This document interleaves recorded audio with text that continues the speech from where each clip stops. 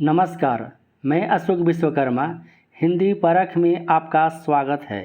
आज के विषय है ध्रुव स्वामिनी नाटक। इस वीडियो में ध्रुव स्वामिनी नाटक के पात्र परिचय, कथानक, दृश्य योजना, प्रमुख संवाद और गीत, नाटक के उद्देश्य, इन तमाम सभी बिंदुओं का समावेश किया गया है जो आपकी परीक्षा के लिए अति महत्वपूर्ण है। ध्रुव स्वामिनी जयशंकर प्रसाद रचित अंतिम नाटक है। शंकर प्रसाद के अन्य नाटक हैं चंद्रगुप्त, स्कंदगुप्त, अजातशत्रु, ये ऐतिहासिक नाटक हैं। जन्मेजय का नागयज्ञ, विशाख, कामना, करुणालय, राजश्री, सज्जन नाटक हुए। इनके द्वारा रचित एकांकी भी हैं एक घूंट, प्रायश्चित, परिणय। नाटक विशाख दत्त रचित देवी चंद्रगुप्त नाटक से प्रभावित है। प्रसाद जी के अनुसार देवी चंद्रगुप्त संस्कृत नाटक में इस घटना का वर्णन है कि ध्रुव स्वामिनी का पुनर्विवाह चंद्रगुप्त से हुआ था। ध्रुव स्वामिनी ऐतिहासिक नाटक 1933 ईस्वी में छपी थी। इस नाटक की कथा वस्तु गुप्त काल से संबंधित है। इस नाटक की कथा वस्तु किस काल से संबंधित है? गुप्त काल से। और यह कब प्रकाशित हुई थी? 1933 ईस्वी में। यह देवी चंद्रगुप्त संस्कृत नाटक से प्रभावित है और यह इनका अंतिम नाटक है। ध्रुव स्वामिनी नाटक में स्त्री की अस्मिता की रक्षा और पुनर्लग्न की समस्या यानी पुनर्विवाह की समस्या को रखा गया है। इस नाटक में 3 अंक हैं। प्रत्येक अंक में एक एक दृश्य हैं, यानी 3 अंक और 3 दृश्य हैं। इस नाटक में पुरुष सत्तात्मक समाज में शोषण के प्रति नारी का विद्रोह है। इस नाटक में जयशंकर प्रसाद ने इतिहास व कल्पना का सुंदर समन्वय किया है। इसके बाद जानते हैं पात्र परिचय। पात्र परिचय आपके परीक्षा के लिए अति महत्वपूर्ण है। स्त्री पात्र ध्रुव स्वामिनी, रामगुप्त की पत्नी और महादेवी, चंद्रगुप्त की प्रेयसी यानी प्रेमिका, मुख्य नायिका और नाटक का प्रधान चरित्र है ध्रुव स्वामिनी। कोमा मिहिर देव की धर्मपुत्री जो शकराज से प्रेम करती है। मंदाकिनी चंद्रगुप्त और रामगुप्त की बहन, साहसी और नारी मन की व्यथा समझने वाली स्त्री। खड्गधारिणी ध्रुव स्वामिनी के पहरेदार। इसके बाद जानते हैं पुरुष पात्र। चंद्रगुप्त समुद्रगुप्त का छोटा पुत्र, नाटक का मुख्य नायक, रामगुप्त का छोटा भाई, साहसी और वीर योद्धा, समाज व वंश की रक्षा करने वाला चंद्रगुप्त। रामगुप्त समुद्रगुप्त का बड़ा पुत्र, खलनायक, विलासी और कायर पुरुष। शिखर स्वामी रामगुप्त का विश्वास पात्र और गुप्त कुल का अमात्य, धूर्त और स्वार्थी। शकराज रणकुशल और कूटनीतिज्ञ, यह रामगुप्त के राज्य को घेर लेता है। मिहिरदेव शकराज के आचार्य, कोमा के पालित पिता यानी कोमा के धर्म पिता। पुरोहित धर्मशास्त्र के आचार्य। अन्य पात्र हैं खिंगिल, हिजड़ा, बौना, कुबड़ा, प्रतिहारी, सामंत कुमार और शक सामंत। इसके बाद जानते हैं नाटक का कथानक क्या है, कहानी क्या है। रामगुप्त अत्यंत कायर और विलासी प्रवृत्ति का था और सम्राट बनने के लिए सर्वथा अयोग्य था। इसलिए सम्राट समुद्रगुप्त ने अपने छोटे पुत्र चंद्रगुप्त को अपना उत्तराधिकारी नियुक्त किया था। परंतु रामगुप्त अपने अमात्य शिखर स्वामी के साथ मिलकर एक षड्यंत्र रचता है कि रामगुप्त बड़ा भाई है, इसलिए रामगुप्त ही राज्य का उत्तराधिकारी हो सकता है। अंततः रामगुप्त चंद्रगुप्त की वाग्दत्ता पत्नी यानी मंगेतर अथवा प्रेयसी ध्रुव स्वामिनी से विवाह कर लेता है और स्वयं राज सिंहासन पर अधिकार कर लेता है। चंद्रगुप्त स्वेच्छा से रामगुप्त को सम्राट स्वीकार कर लेता है। ध्रुव स्वामिनी भी धीरे धीरे अपने आप को परिस्थितियों के अनुसार ढलने की कोशिश करने लगती है। ध्रुव स्वामिनी पर रामगुप्त शक करता है कि वह चंद्रगुप्त से प्रेम करती है, इसलिए उसे कठोर नियंत्रण में रखा जाता है। उस समय चंद्रगुप्त के सब्र का बांध टूट जाता है जब रामगुप्त अपनी कायरता की सभी हदों को पार करते हुए अपनी पत्नी ध्रुव सामनी को शकराज को सौंपने के लिए तैयार हो जाता है। चंद्रगुप्त स्वयं ध्रुव सामनी के वेश में शकराज के शिविर में जाता है और उसका वध कर देता है। रामगुप्त धोखे से चंद्रगुप्त की हत्या करना चाहता है तो एक सामंत रामगुप्त को देख लेता है और उसकी हत्या कर देता है। अंत में चंद्रगुप्त ध्रुव स्वामी से विवाह कर लेता है। चंद्रगुप्त सम्राट बन जाता है और ध्रुव स्वामी साम्राज्ञी बन जाती है। ध्रुव स्वामी नाटक के कथानक के बाद जानते हैं इसकी दृश्य योजना क्या है, प्रत्येक अंक में क्या क्या दृश्य है, उसकी योजना किस प्रकार रची गई है, जयशंकर प्रसाद के द्वारा जानते हैं। इस नाटक में 3 अंक हैं। प्रथम अंक है स्थान है शिविर का पिछला भाग, जिसके पीछे पर्वतमाला की प्राचीर है। पहाड़ी पर से एक पतली जलधारा उस हरियाली में बहती है। शिविर के कोने से ध्रुव सामनी का प्रवेश, पीछे पीछे एक लंबी और कुरूप स्त्री खड्ग धारणी चुपचाप नंगी तलवार लिए आती है। पात्र परिचय में आपको बताया गया कि खड्ग धारणी ध्रुव सामनी के पहरेदार है, क्योंकि रामगुप्त ध्रुव सामनी पर हमेशा शक किया करता था। ध्रुव सामनी खड्ग धारणी से बात करती है। ध्रुव सामनी राजमहल को स्वर्ण पिंजरा कहती है।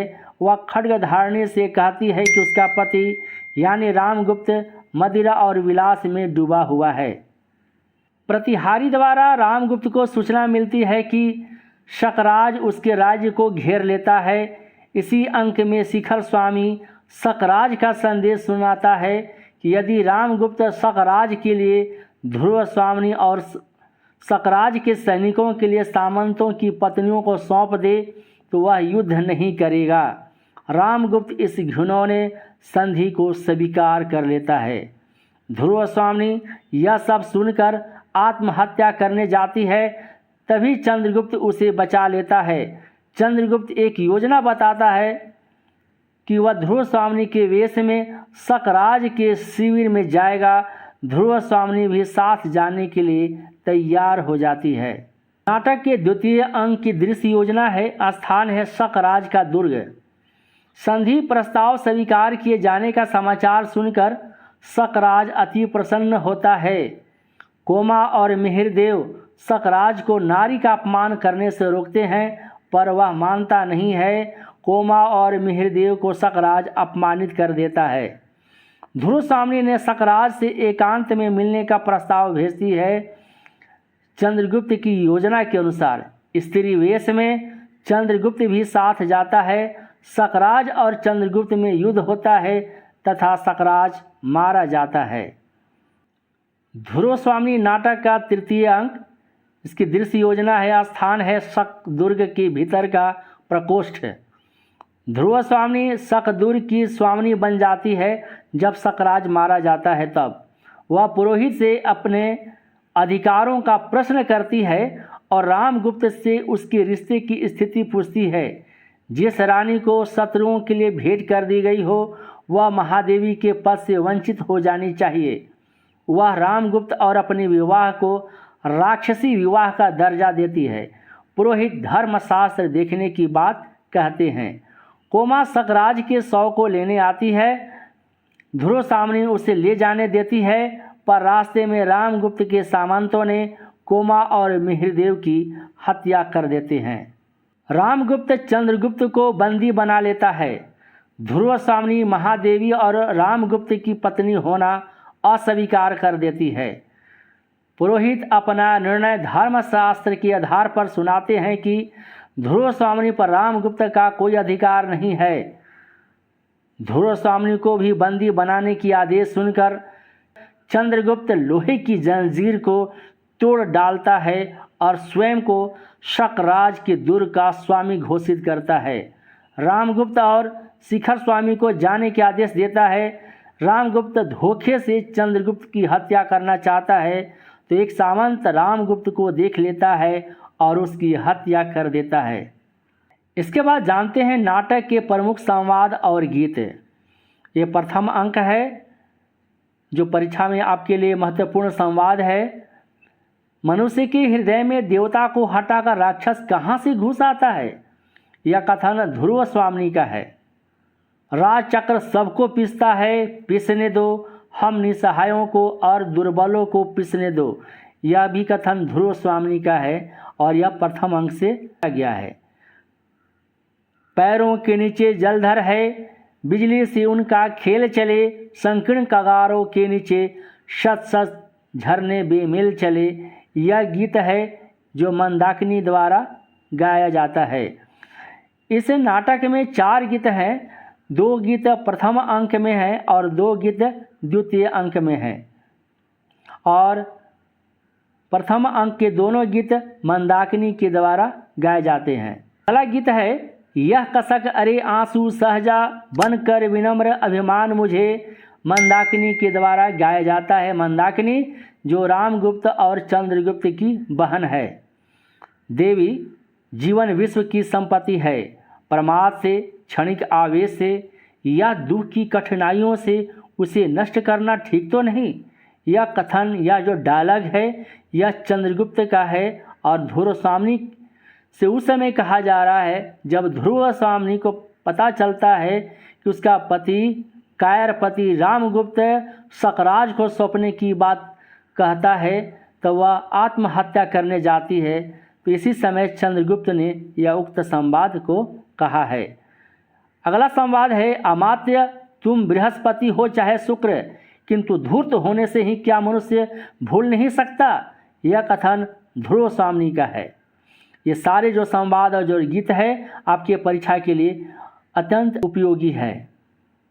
अगला महत्वपूर्ण संवाद है ध्रुव स्वामी का। यह उस समय कहा गया जब रामगुप्त संधि स्वीकार कर लेता है सकराज का कि संधि के अनुसार वह रामगुप्त ध्रुव स्वामी को सकराज को सौंपने की बात कहता है। तब ध्रुव स्वामी कहती है निर्लज, मद्यप यानी शराबी, किल्यू यानी नपुंसक, ओह तो मेरा कोई रक्षक नहीं, मैं उपहार देने की वस्तु शीतलमणि नहीं हूँ, मुझ में रक्त की तरल लालिमा है, मेरा हृदय उष्ण है और उसमें आत्मसम्मान की ज्योति है।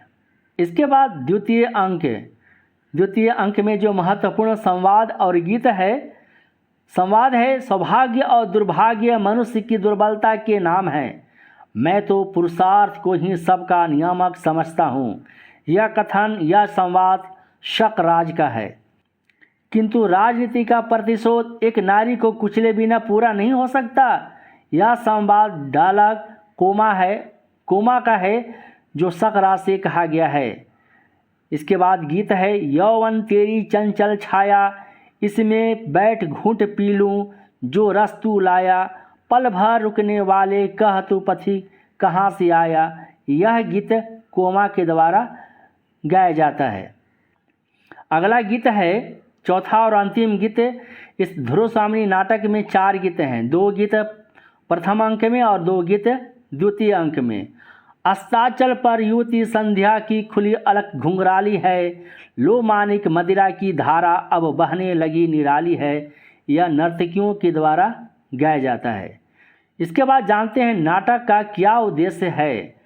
अतीत का सांस्कृतिक चित्रण, सत्ता का बागडोर सबल शासकों के हाथों में होनी चाहिए, राष्ट्रीय चेतना का स्वर है इसमें, स्त्री की अस्मिता की रक्षा, इतिहास के आदर्श चरित्रों की स्थापना, नारी विषयक वर्तमान समस्या को अतीत के माध्यम से प्रस्तुतिकरण, पुरुष प्रधान समाज में नारी को भोग की वस्तु समझना, पुरुष द्वारा एक से अधिक विवाह करना, विवाह के संबंध में स्त्री की इच्छा अनिच्छा का कोई महत्व न देना, स्त्री को पुनर्विवाह की अनुमति न होना, इन तमाम समस्याओं को नाटक में रखा गया है। तो वीडियो कैसा लगा आप हमें कमेंट कर बताइएगा। आपका कमेंट और लाइक हमारे लिए उत्साह प्रदायक होता है। यदि चैनल पर पहली बार आए हैं तो हिंदी परख को सब्सक्राइब कर दीजिएगा, बेल आइकन को प्रेस कर दीजिएगा ताकि नोटिफिकेशन समय पर पहुंच सके, और इस वीडियो को अपने दोस्तों के बीच शेयर कर दीजिएगा। नमस्कार।